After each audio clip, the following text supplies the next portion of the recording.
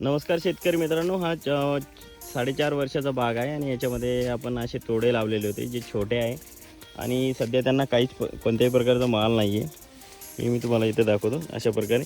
आता मी याची कटिंग करणार आहे। याच्या मागे कारण काय, सध्या ऑक्टोबर मंथ चालू आहे 2022 आणि कटिंग करण्याचा उद्देश काय काय, हे जे झाडं आहे हे मोठे आहे, यांना आपण ताडण देणार डिसेंबर नंतर, म्हणजे पाणी देणार नाही।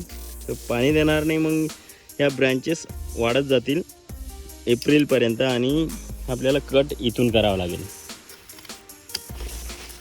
ठीक आहे, तर ही जी ब्रँच आहे आपल्याला तेव्हाही इथूनच कट करायची आणि आताही तिथूनच कट करायची। तर त्यावेळेस आपण काय करणार, आता सध्या याला इथून कट करणार, डिसेंबरपर्यंत याला फुटवे येतील आणि मार्च एप्रिलपर्यंत त्या फांद्या ह्या प्रकारमध्ये अशा बनतील आणि त्याच्यानंतर आपण त्यांना असं इथून कट करू, परत एक ब्रँच वाढेल।